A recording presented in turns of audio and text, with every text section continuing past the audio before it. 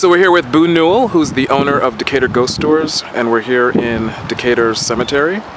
And obviously with Halloween coming up, a lot of people are talking about hauntings and the other worlds out there. So we wanted to talk to Boo about Decatur and its history in terms of ghosts.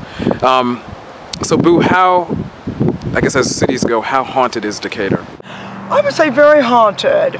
The thing about Decatur, it has quite a long history. It was one of the earliest areas in Georgia that was settled. It goes way back to the late 1700s when the first white settlers came into the area.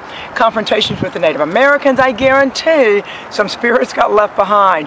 Then you had Prohibition. You had the early settlers were pretty rough with each other. You had the Civil War here.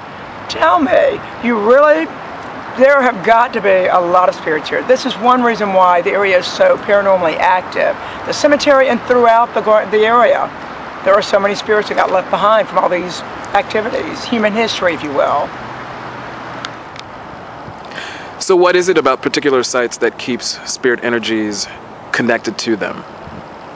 Well, a lot of times what happens with ghosts is they have unfinished business. Whatever issue was really getting their attention in life is the very thing that could trap them in death. They've got to finish it. They've got to be alive for some reason. They want to change the ending. They want their life to go back on course where it went awry. And an example, here in the cemetery, there's a young woman named Ann Stone that's buried here, and she had an untimely death in the 1800s. But she was right when she was alive, she was fixing to be married. She had the man she loved, the children. Everything was fixing to happen for her.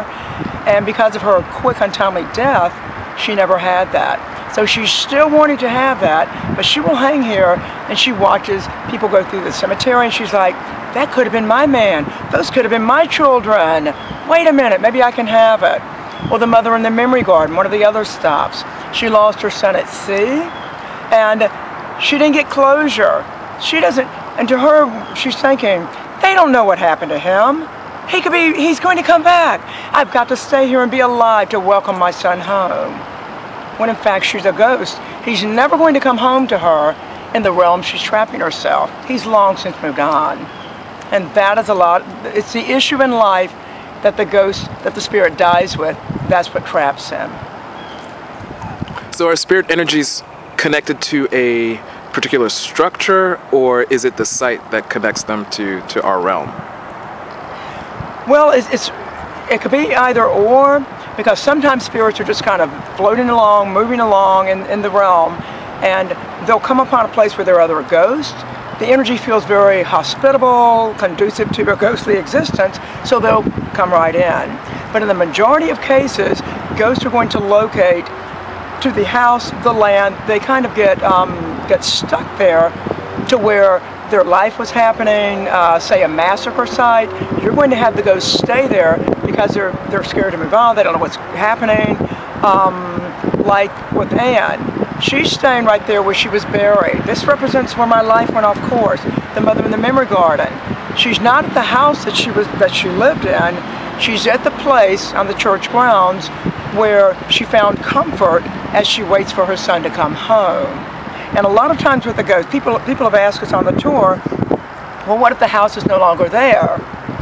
The ghost can still be attached to the land, and one reason is because if they don't know they're dead, they're refusing to admit that they've died, rather, then to them, they've trapped themselves in a time warp, and to them, that house, that farmhouse, what have you, that fort still exists. They're in their own time area. They've created it all again, even if it's no longer there in the physical. They'll stay trapped there. So how can you tell if your home or house has an energy attached to it?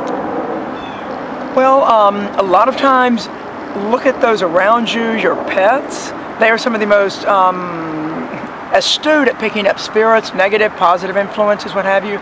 Also, the very energy of the place can feel very heavy. Not that it looks dark, but it has a feeling of maybe heaviness, maybe not quite as bright as it should be. That's why people can go into a house that they're buying, they'll turn around and turn right back out. Something about the energy of the place, I don't know, I just don't like it, you know, whatever.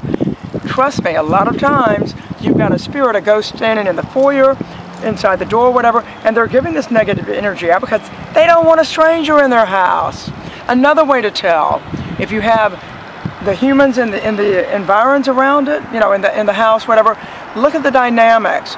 What is going on? Is somebody extra angry all of a sudden? Personalities have changed. Some changes going on. Anything sudden like that can be intimations, or can be giving you the information. Hey, there's somebody here that doesn't belong here. So with the Decatur ghost tours, who is it for? What types of people come out to sort of get a taste of that realm? Well, we have all types come on the Decatur Ghost Tour.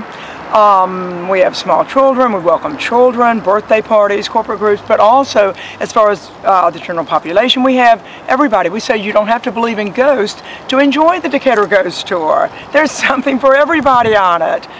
You get folklore, history of the area, the culture, a good feel for it. We have people that come into town and they don't have to believe in the paranormal. They're going to get something for it, you know, from the tour. It's a quick overview of the area.